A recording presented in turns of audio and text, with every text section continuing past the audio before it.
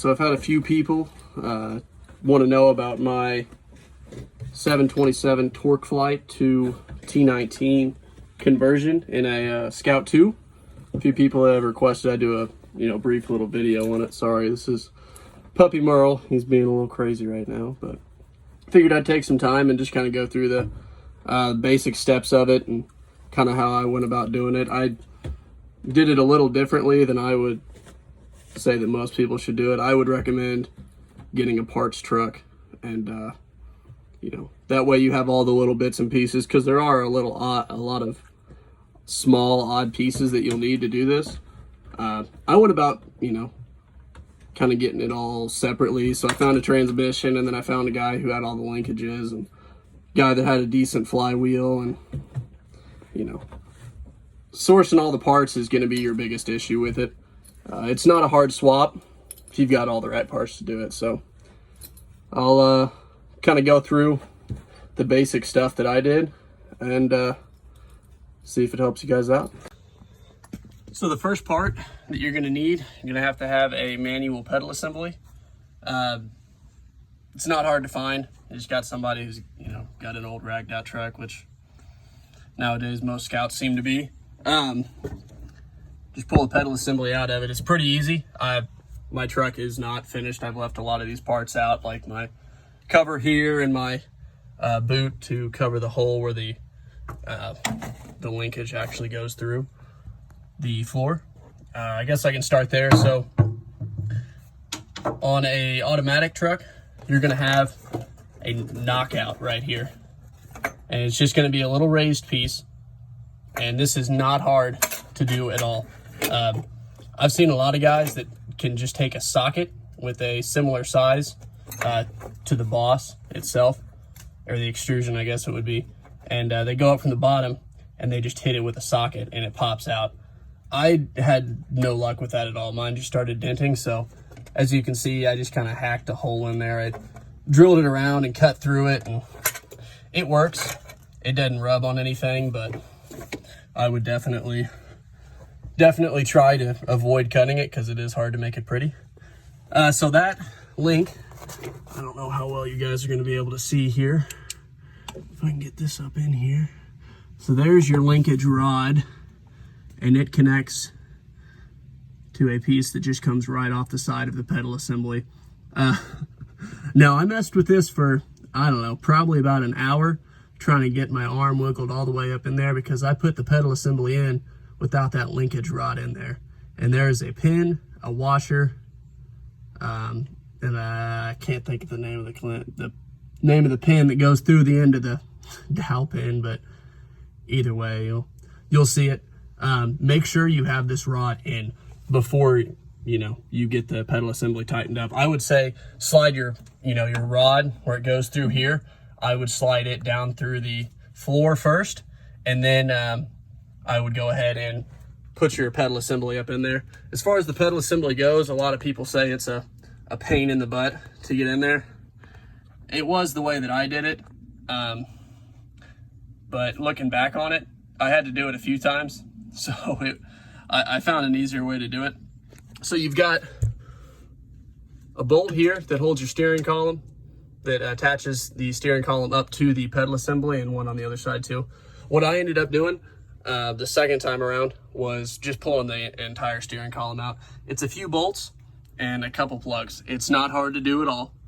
If you pull that pedal assembly out, and I've got AC and heat here, so I had to pull that out as well, but you can literally just rotate the pedal assembly out. There's no need to take your entire dash out to get that pedal assembly out.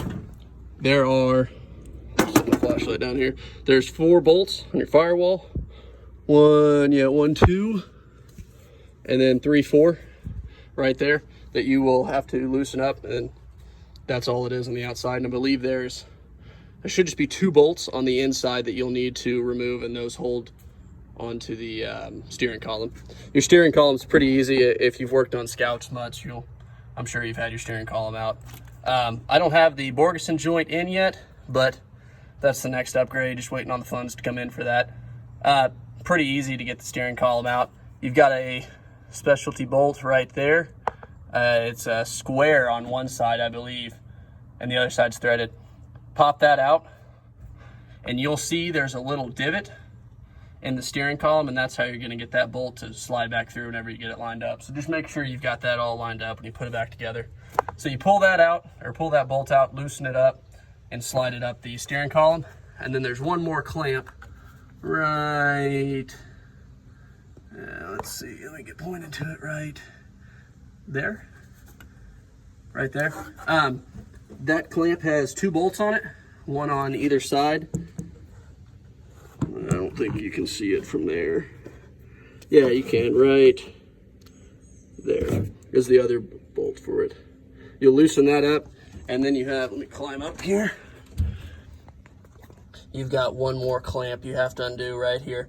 You get those all loose, your steering column pulls right out. It's super easy to do.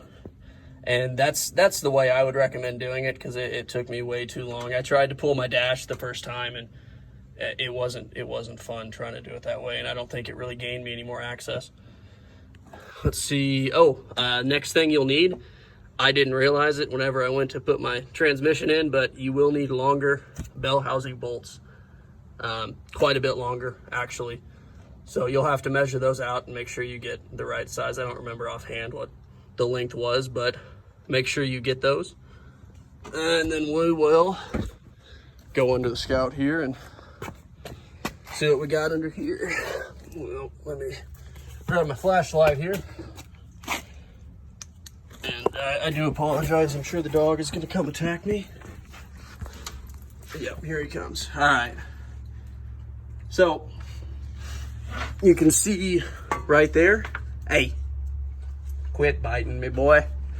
All right, I'll be right back. Let me take care of him. All right, sorry about that. Got him taken care of. So there is my knockout hole that I showed you up top. It's where the linkage actually goes through, and I do have the boot for that. And so I just wanted to be able to show you guys, so I haven't put it back in yet. So that connects down to this bar right here. So that bar sits on a ball stud that is welded into the frame. And I believe, if I'm wrong, somebody correct me, all Scouts came with this, whether they were manual or automatic. So if they were automatic, they've never been used, so there will be a little red cover on top of that ball stud. You can just slice it off with a knife and it'll be good to go. But that is your bell crank, so make sure you get a bell crank and your linkage. And the next piece is the other ball stud. It actually screws into the bottom of the transmission itself. And I know my seals are bad, I'm well aware. I just don't really care that much. So inside of the bell crank, there is 2 sets of plastic bushings. And I have a part number. I got them from IH Parts America. I think I can post in the description, but make sure you get those 2 little spacers, because if not, you're gonna wear out the ball stud on the frame. And if you wear that out, you're basically done for. You've got to find a brand new one, or one that's off an automatic truck, and you have to cut it off and you'll have to weld it on. Because if you don't have those 2 little plastic bushings, it's going to rub right on metal to metal and it'll wear it out really quick. So make sure you get those.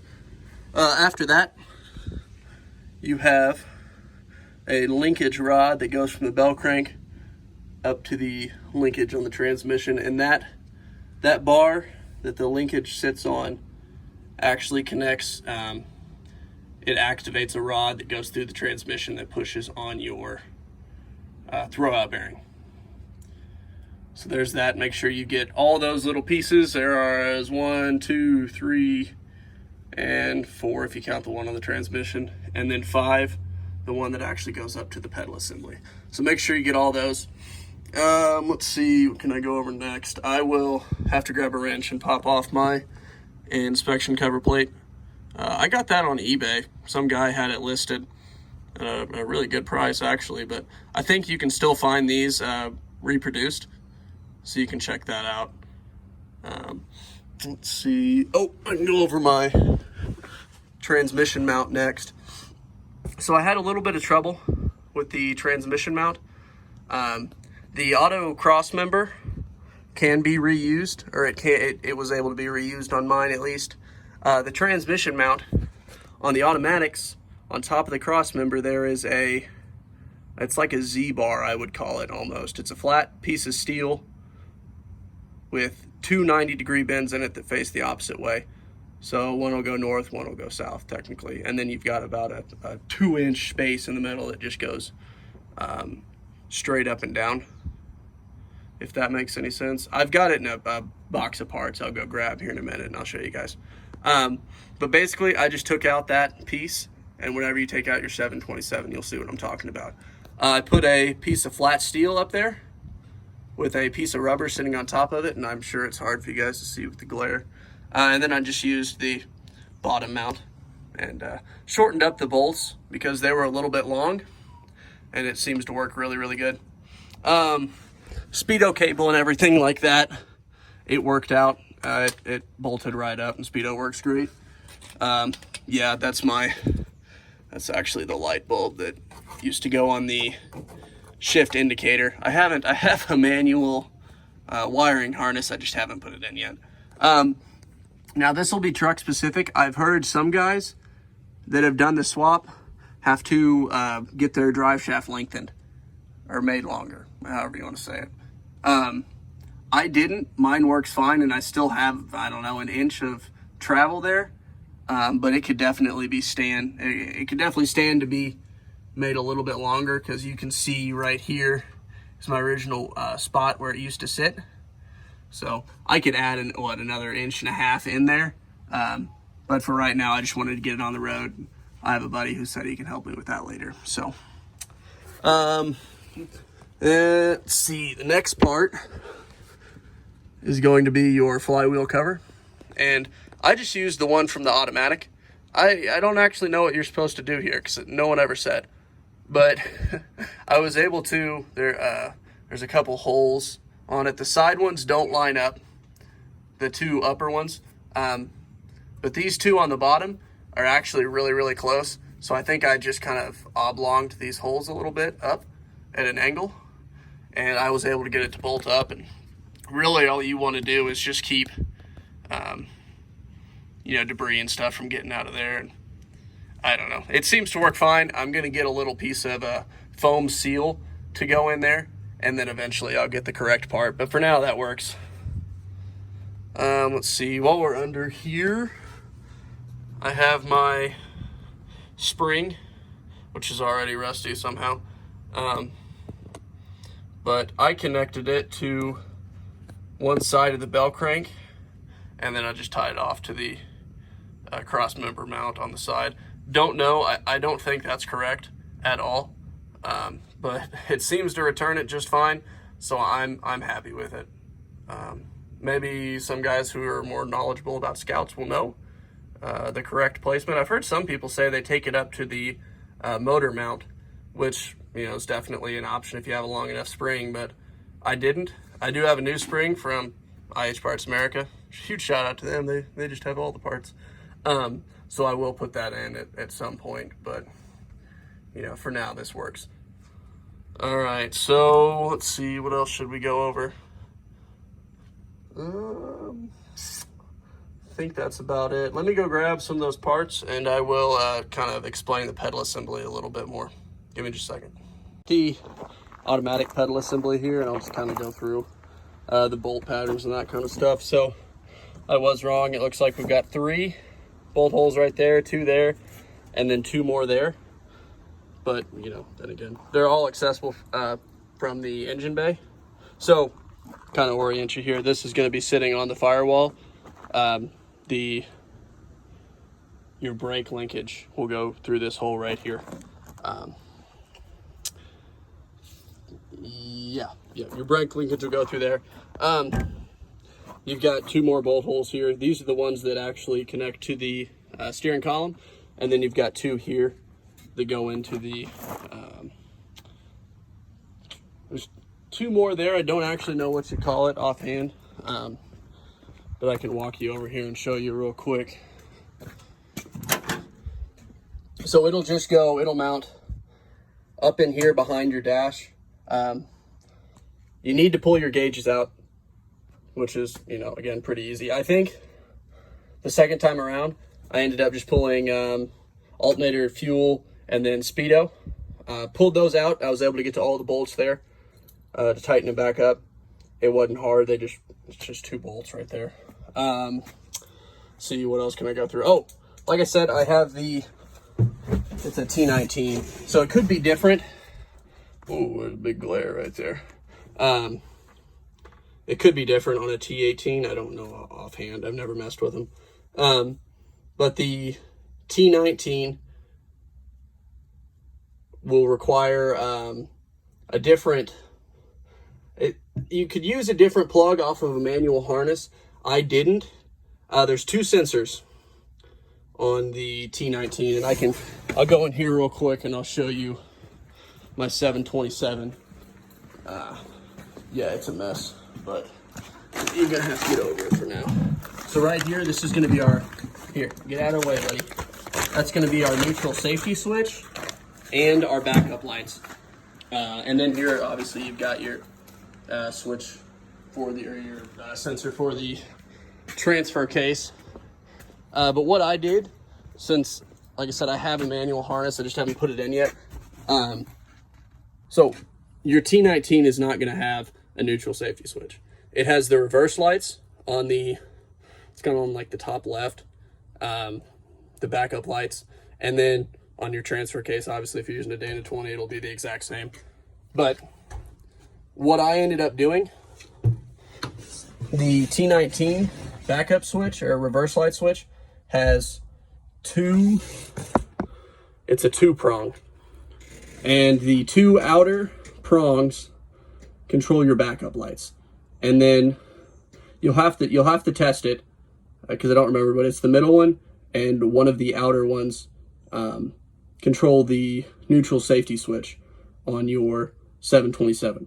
So you have to bypass the neutral safety switch. So what I did, there's 3 wires coming out of the automatic wiring harness plug.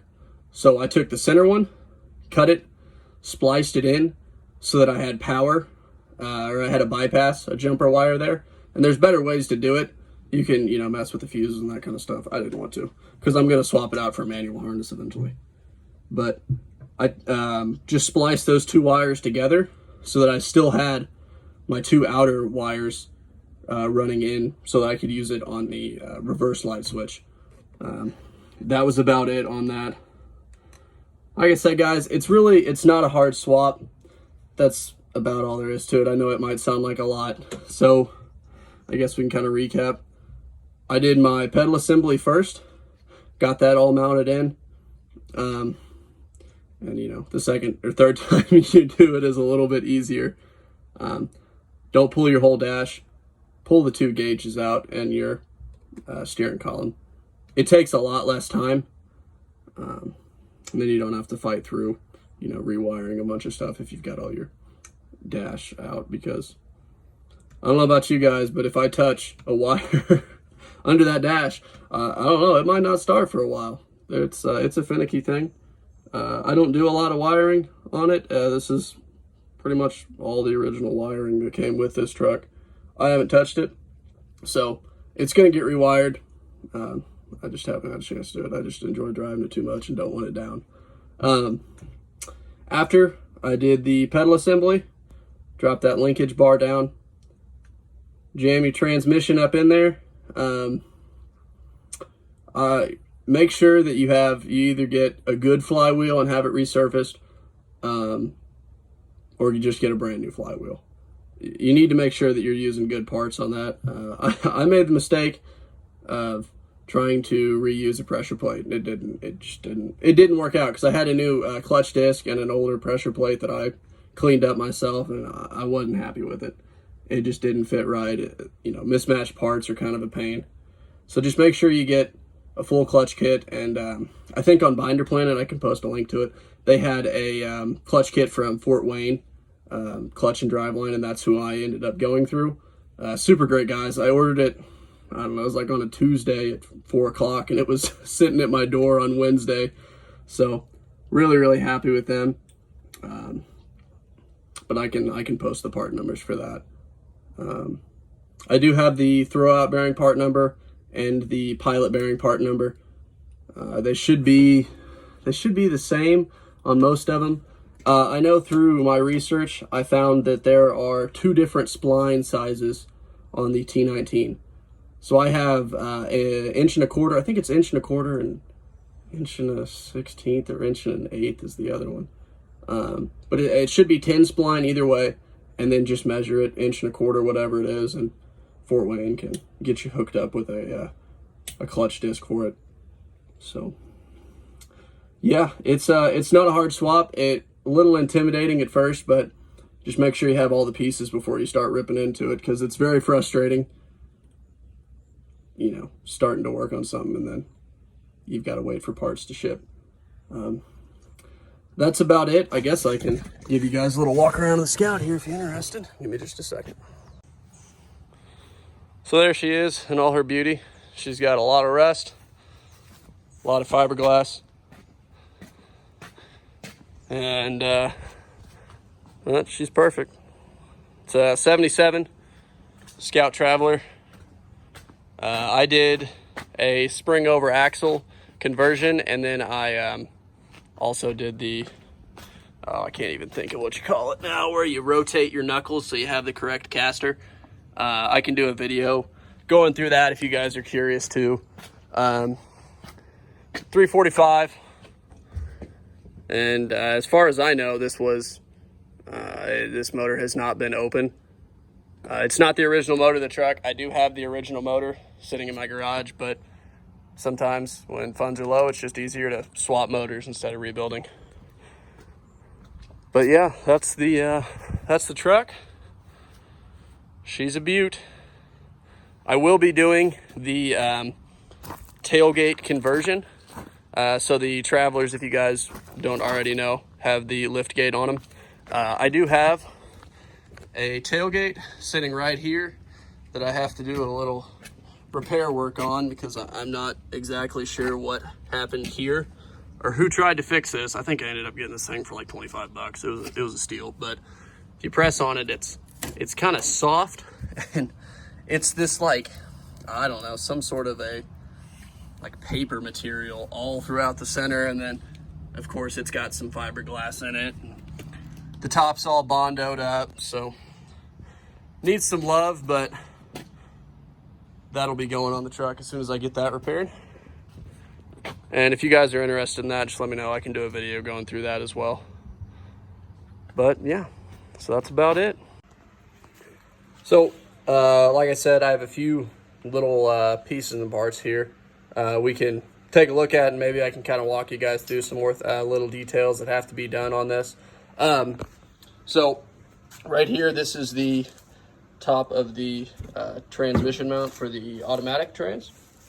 727, you can kind of see what I'm talking about. It's like a little Z deal. But I just completely took that out. I didn't see a need for it. If I did, my transmission was sitting way too high. So just got rid of that, and I used a flat plate instead.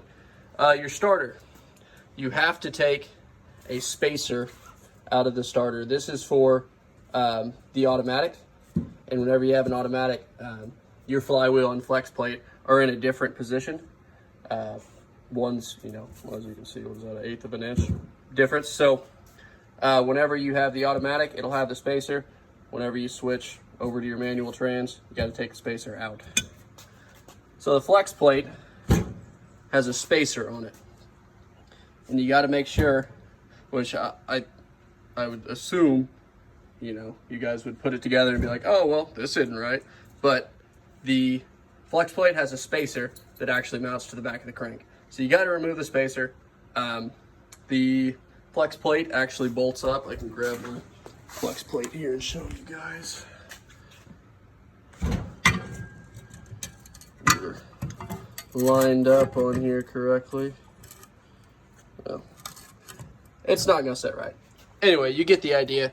It bolts in there, and then your bolts go straight through here into the crank, and it holds it together. As soon as you undo those bolts, that is gonna stay positioned on your crank. So what I did was I just got a flat file behind it and just gently pried on the edges of it. Definitely want to make sure you don't pry too hard because you could damage the back of the motor or the back of the engine. Just something to keep in mind. You will have to remove that as well as the flex plate whenever you switch over to a flywheel. Let's see here. I've got a few part numbers here. Let me try and hide my information. So the top one is the pivot ball bushing set. That's from, and this is all from IH Parts America. I also have, those are in the truck, so I can't really show you those. I got two of these, it's a parking brake boot cable and a clutch rod brake boot. They're both the same. I got two of those because, you know, I don't have either one. This is my throwout bearing. It's a Napa part number. And I had to go through, a lot of Napas didn't have this for some reason. They said they couldn't get it. But I found one that I was able to get it through. It's called Wabash Parts in Vincennes, Indiana. And if you guys can get a hold of them, they can get you the bearing and ship it to you. So check that out. There's your number right there. The throwout bearing. Let's see, that's about it. Yeah, and then I got the 1.25" 10 spline clutch tool. I would definitely recommend getting a clutch alignment tool. I've tried to do it before without it. It just doesn't work very well. And then I also got a clutch return spring as well. So there's that. Let's see, is there anything else I need to talk about? I don't think so. I think I might be able to explain the neutral safety switch a little bit better. So obviously a automatic Trains has to have a neutral safety switch. And the neutral safety switch on the 727 is a 3-prong. So your 2 outer prongs are going to also power. Can you quit for just like a minute? That's enough. So the 2 outer prongs are going to power your reverse lights. So whenever you put it in reverse, obviously there's a plunger in there, and it makes the connection and your reverse lights come on. Now the center one, and I can't remember, you guys can test it, but the center one here, this prong, and one of the outer prongs make up the neutral safety switch. So you can actually put a jumper wire in on the plug that's on the automatic harness, and you can get it to bypass. Like I said, I didn't do that. I found which one it was, and I took on my harness. I came right back behind the plug. So if your plug's here, I came back here. I took the center wire. Sorry, my hands are a little dirty because these parts are not clean. I took the center wire and the other wire that makes up your neutral safety switch, and I tied those together. I pigtailed all of them together, and then I was able to bypass the neutral safety while still having my plug hit the 2 outer prongs. So bypass the neutral safety by doing that, and I got my reverse lights, which is really, really nice. So I think that's about it as far as the wiring. You really don't have to change anything on the wiring besides obviously the neutral safety switch you got to bypass. So like I said, that's the swap. It's not hard. Your trans cooler lines, just plug them at the radiator. You don't need them anymore. I'm trying to think. I don't think there's anything else. If you got any questions, feel free to, post it down in the comments or give me a holler, whatever. Always happy to help. Really enjoyed doing it. It was frustrating at times, but these trucks are a lot of fun to mess with. I have done a lot of work to this truck so far. Like I said, I swapped motor, spring over axle, 727 to T19 swap. So if you guys want me to do videos on any of it, just let me know and I'd be happy to help. But yeah, I think that's gonna do it for this one. So let me know if you guys got any questions, and thanks for watching.